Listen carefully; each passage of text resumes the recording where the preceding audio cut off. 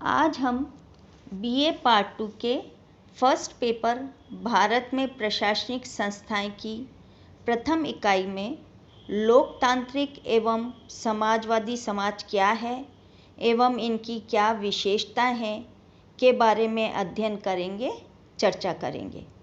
आधुनिक युग में दो प्रकार की समाज व्यवस्थाएं पाई जाती हैं, लोकतांत्रिक समाज व्यवस्था और समाजवादी समाज व्यवस्था। लोकतांत्रिक समाज व्यवस्था संयुक्त राज्य अमेरिका, इंग्लैंड, फ्रांस, जर्मनी आदि देशों में पाई जाती है, जबकि समाजवादी समाज व्यवस्था चीन, पूर्व सोवियत संघ तथा द्वितीय महायुद्ध के बाद पूर्वी यूरोप के देश जैसे हंगरी, रोमानिया, बल्गारिया, पोलैंड आदि में पाई जाती हैं। लोकतांत्रिक समाज में व्यक्ति को साध्य माना जाता है और राज्य को व्यक्ति के विकास का साधन।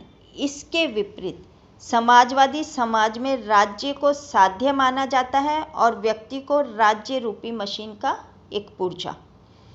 लेकिन भारत जैसे कई देशों ने मिश्रित अर्थव्यवस्था अपनाकर लोकतंत्र एवं समाजवाद के गुणों का अपूर्व मिश्रण करने का प्रयास किया। भारत का संविधान और शासन व्यवस्था लोकतांत्रिक समाजवाद का अनुपम आदर्श है। लोकतंत्र शासन का ही प्रकार नहीं है, वरन ये जीवन का एक प्रकार है।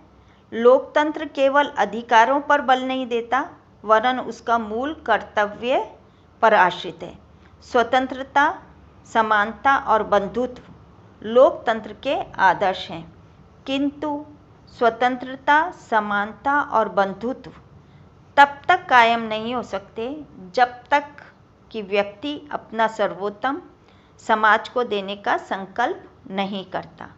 लोकतंत्र शासन का वह प्रकार होता है जिसमें राज्य के शासन की शक्ति किसी विशेष वर्ग अथवा वर्गों में निहित न होकर संपूर्ण समाज के सदस्यों में निहित होती है। लोकतांत्रिक समाज की कतिपय निम्न विशेषताएं होती हैं। लोकतांत्रिक समाज में लिए गए निर्णयों का आधार खुला विचार विनिमय होता है। लोकतंत्र के निर्णय चाहे किसी भी स्तर पर लिए जाएं, वह विचार विमर्श, वाद विवाद और समझाने बुझाने पर आधारित होते हैं। उसमें जोर जबरदस्ती नहीं की जा सकती है, न की जाती है। निर्णय प्रक्रिया में संपूर्ण समाज को सहभागी बनाने का दूसरा नाम ही लोकतंत्र है। नियतकालिक चुनाव और वयस्क मताधिकार जन सहभागिता के उपकरण हैं। लोकतांत्रिक समाजों में निर्णय लेने की प्रक्रियाओं के संरचनात्मक आधार संविधान द्वारा निर्धारित किए जाते हैं। लोकतांत्रिक ढंग से लिया गया निर्णय संविधान द्वारा व्यवस्थित साधनों की परिधि में ही किया जाता है। निर्णय प्रक्रिया को लोकतांत्रिक बनाने के लिए आवश्यक है कि संविधान में निम्न व्यवस्थाएं हों: जनता के सामने प्रतियोगी पसंदों के अनेक विकल्प हों, मताधिकार की पूर्ण समानता हो, निर्वाचन व निर्वाचित होने की पूर्ण स्वतंत्रता और प्रतिनिधित्व की अधिकतम समरूपता। किसी भी शासन व्यवस्था को लोकतांत्रिक तभी कहा जाता है जब राजनीतिक व्यवस्था में निर्णय लेने का कार्य जनता द्वारा निर्वाचित प्रतिनिधियों द्वारा ही संपादित हो। अर्थात लोकतांत्रिक व्यवस्था में सरकार का गठन प्रतिनिधित्व के सिद्धांत पर आधारित होना चाहिए। लोकतांत्रिक समाज की पहचान जनता की संप्रभुता होती है।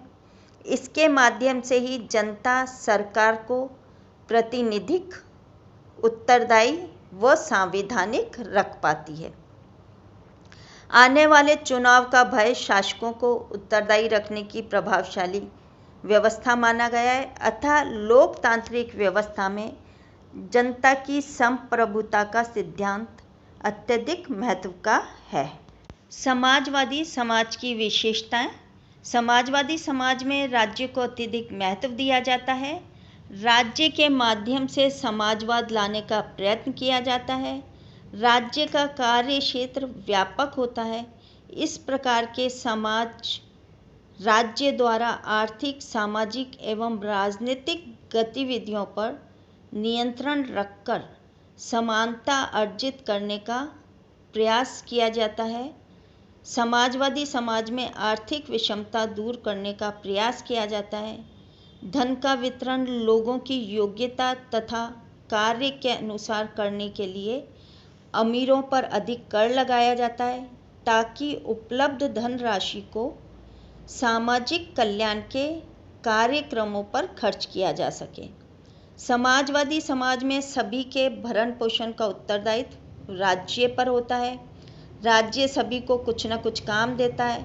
यदि राज्य किसी को काम देने में असमर्थ हो तो भरण पोषण के लिए आवश्यक सहायता देता है। समाजवादी समाज में उत्पादन किसी वर्ग विशेष के हित के लिए न होकर समाज की आवश्यकता के अनुसार किया जाता है। यहाँ तक कि वस्तुओं के मूल्य भी सामाजिक आवश्यकताओं को ध्यान में रखकर निश्चित किए जाते हैं। कुछ वस्तुएं जो जीवन के लिए अत्यंत आवश्यक हैं, उनके मूल्य लागत से कम पर भी निश्चित किए जा सकते हैं। Thank you.